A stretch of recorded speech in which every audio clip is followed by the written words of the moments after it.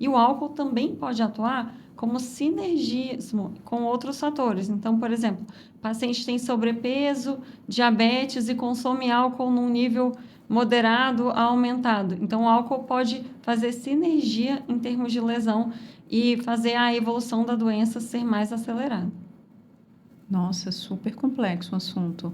E quando a gente vê, para quem está nos escutando que está em casa, né? Quais são os sintomas principais? Porque normalmente a gente não faz um check-up de fígado, né? A gente precisa sentir algo para ir para um médico para ele nos direcionar. Quais são os principais O sintomas? grande problema da maioria das doenças hepáticas é que elas são assintomáticas em longos tempos iniciais da doença. Então, vou dar o exemplo da hepatite C. Historicamente, a hepatite C é a principal causa de cirrose, transplante de fígado e perda do fígado transplantado, perda do enxerto. Felizmente, isso tem mudado pelo surgimento dos novos medicamentos que eu comentei, mas Uhum. historicamente é a principal causa. A hepatite C leva até 20, 30 anos para deixar o paciente cirrótico. Então, é um tempo muito longo. Assim como a estatose também pode levar anos para que o Uhum. paciente evolua com cirrose instalada. Como essas doenças costumam ser assintomáticas, muitas vezes não há nenhum Hum. sinal de alarme que Nossa. faça o paciente suspeitar e buscar atendimento. Quando os sintomas são presentes, eles podem ser inespecíficos, como astenia, cansaço, em caso de doenças que promovem aumento do volume hepático, uma sensação de peso ao lado direito do abdômen, mas sintomas que muitas vezes o paciente não percebe e não busca atendimento. Por outro lado, nos casos em que a cirrose já está instalada e o paciente já tem sinais de disfunção hepática, os sintomas ocorrem de forma muito mais exuberante. Ascite, icterícia, hemorragia digestiva, Hum. perda de peso, perda de massa Mas muscular, aí já está num cenário muito mais muitas vezes grave. num cenário mais grave. Então, é importante reforçar que pacientes que têm um aumento de risco de terem alguma doença hepática devem fazer exames regulares, aumento de enzimas hepáticas em exames de sangue realizados de rotina, ou achado de estatose no ultrassom realizado de rotina ou por outra causa, deve ser levado em consideração e esse paciente deve ser Uhum. adequadamente avaliado. E aí, normalmente, então, o paciente ele é encaminhado por um clínico geral, por algum médico da família que faz o acompanhamento. É muito comum que o hepatologista receba pacientes que coletaram exames de rotina ou num pronto-socorro por outra causa, que viu aumento de transaminases, no caso a TJ e TGP, que é um indício laboratorial que aquele fígado está inflamado. Isso deve gerar uma investigação de causas que podem estar causando essa inflamação, a fim de que o problema seja identificado e adequadamente tratado. E quando a gente fala dessa compatibilidade para o transplante, qual que é o trabalho que é feito? A compatibilidade para o transplante de fígado é extremamente simples. É tipo sanguíneo e tamanho da cavidade abdominal. Hum. Então, a lista no Brasil, ela é organizada por macro-regiões e por tipo sanguíneo. Então, cada paciente concorre com o seu tipo sanguíneo. E o cirurgião avalia qual é o peso mínimo e máximo permitido do doador para cada paciente em questão, pois o fígado tem que ser adequado ao volume corporal do paciente que vai receber. Todo esse sistema de doações é organizado pelo Sistema Nacional de Transplantes e é um exemplo de coisas que funcionam adequadamente aqui no Brasil. Então, é um sistema para a gente realmente se orgulhar. Muito legal. É muito lindo o trabalho que vocês fazem mesmo. Fiquei muito curiosa em relação à parte que você falou da doação de fígado para bebês, né? O fígado ele pode se regenerar de alguma forma, no caso dos pais que doam para os seus filhos? Pode. O fígado, após uma cirurgia, ele pode se regenerar. Ou seja, o paciente que passa por uma hepatectomia, que é a retirada de parte do fígado, o fígado volta a crescer e compensar aquela parte que foi retirada. Quando o paciente transplanta na faixa etária pediátrica, é mais comum que o transplante realizado seja intervivos e não de doador falecido. Então, algum parente, geralmente o pai ou a mãe, doa um lobo do fígado, muitas vezes o lobo esquerdo, para aquela criança que está precisando do transplante. Já no receptor adulto, ou seja, no paciente adulto que irá realizar um transplante, é mais comum que essa doação venha de um doador falecido, alguém que Hum. apresentou morte encefálica. Nesse caso, o fígado inteiro é doado.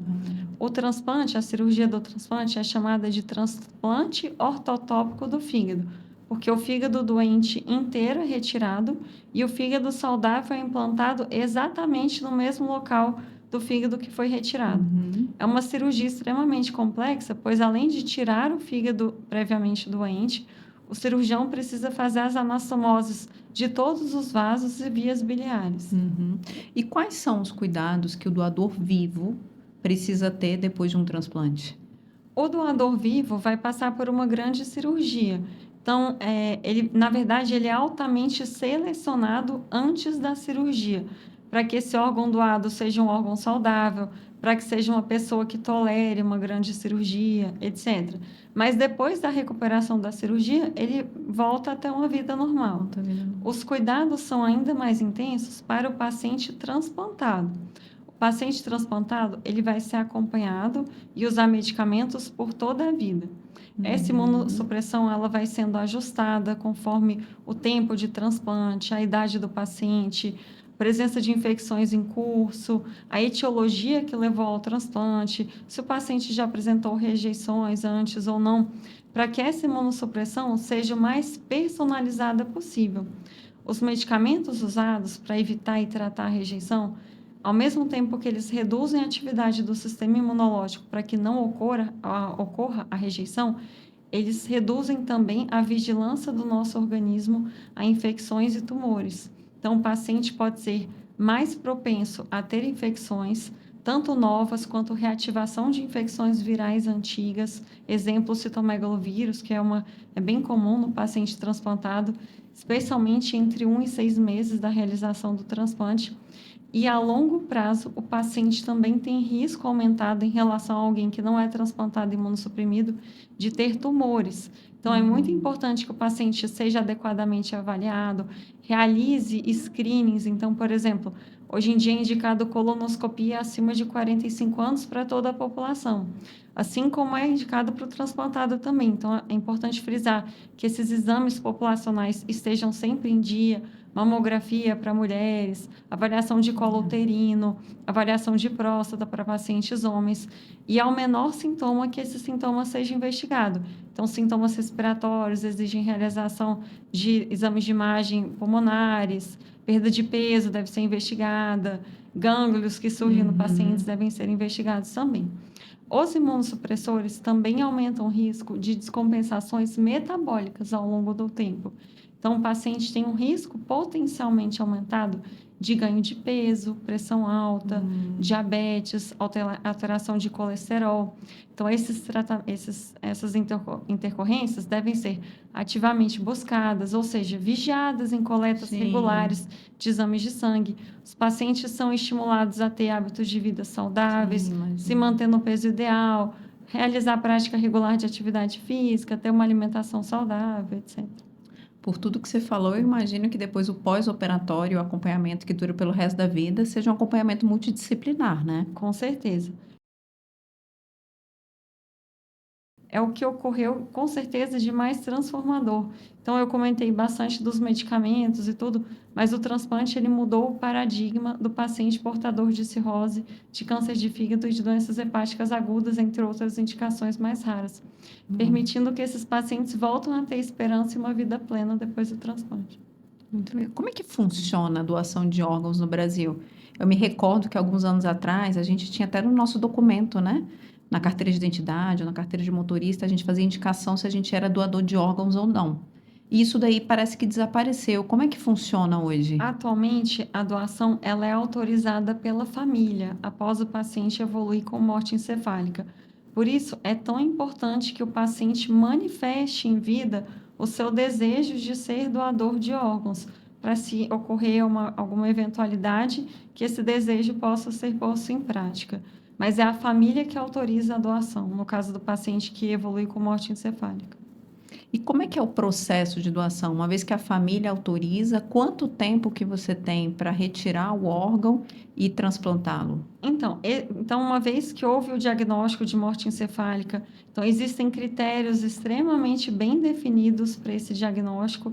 Então, é organizada a captação que é feita por um cirurgião habilitado, geralmente membro de uma equipe de transplante. O órgão cada órgão tem um tempo de duração ao ser retirado do paciente doador e até ser implantado no receptor. No caso do fígado, o ideal é que esse tempo não ultrapasse cerca de 15 horas.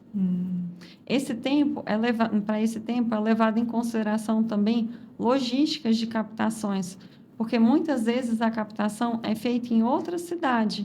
Então, eu comentei que a lista de transplante, ela é única, mas ela é organizada por macro-regiões, visto o tamanho da dimensão territorial do nosso país. Então, algumas vezes, o doador está até em outro estado. Então, com isso, são disponibilizados meios de transporte. O próprio cirurgião, muitas vezes, vai captar, ou uma equipe de captação local faz essa captação e faz o envio desse órgão. Então, é muito importante também que tenha assim, em mente toda a complexidade que envolve a logística, né, que envolve a doação de órgãos também. Então, eu imagino que a equipe médica está sempre de plantão, no aguardo, torcendo para chegar um órgão, e o paciente que está esperando, ele também tem que ficar em alerta. A equipe de transplante, a equipe cirúrgica, é uma equipe que vive realmente sempre de sobreaviso e que merece um reconhecimento muito grande da grande doação mesmo que eles fazem para manter esse serviço funcionando. Então, é uma equipe que não tem hora, que não tem dia, que está sempre pronta a realizar, porque como o transplante depende da doação e essa doação não é previamente programada, então a qualquer momento pode surgir e o cirurgião ele deve estar pronto a qualquer momento. Então é bonito mesmo a dedicação que esses profissionais têm ao serviço. Por outro lado, o paciente que está esperando o transplante também está ciente que a qualquer momento pode acontecer essa doação. Então, ele tem que estar próximo, relativamente próximo do serviço, apto a vir quando ele for convocado, para que todo o processo ocorra com sucesso. E falando um pouco sobre a cirurgia, qual que é o tamanho médio da equipe que conduz esse processo e qual é o tempo aproximado da cirurgia? O tamanho, em geral, durante a cirurgia, existe o cirurgião que fez a captação, o cirurgião que faz o implante e todos os outros cirurgiões auxiliares. Então, é uma grande equipe cirúrgica envolvida nesse processo. O transplante de fígado é uma das maiores cirurgias abdominais que tem. O tempo de cirurgia pode ser extremamente variável, desde 6 horas até 12 horas em casos muito complexos. A complexidade vai variar de cirurgias prévias, aderências, enfim, condições que podem impactar tanto na retirada quanto no implante do novo fígado serem mais difíceis e desafiadores.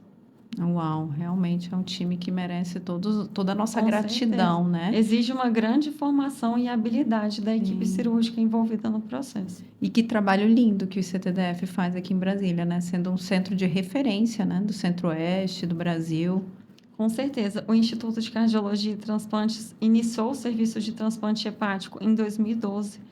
Nesses últimos anos, realizou um enorme número de transplantes de fígado e revolucionou, de fato, a, a vida dos pacientes portadores de doenças hepáticas da região. Não só da região, pois ele atende estados próximos que não têm serviço de transplante também. Então, antes do Instituto de Cardiologia, muitas vezes os pacientes do Distrito Federal, de Tocantins, Mato Grosso, Goiás, algumas regiões da Bahia, precisavam migrar para São Paulo ou outras regiões próximas ao litoral, por exemplo, Fortaleza, pois não existia serviço de transplante aqui em Brasília. E o fato de existir o serviço no local de residência do paciente ou mais próximo é um fator facilitador, pois além de ter todas as questões relacionadas ao impacto da doença na vida daquela pessoa, facilita muito que ela possa ficar no próprio domicílio durante o tratamento.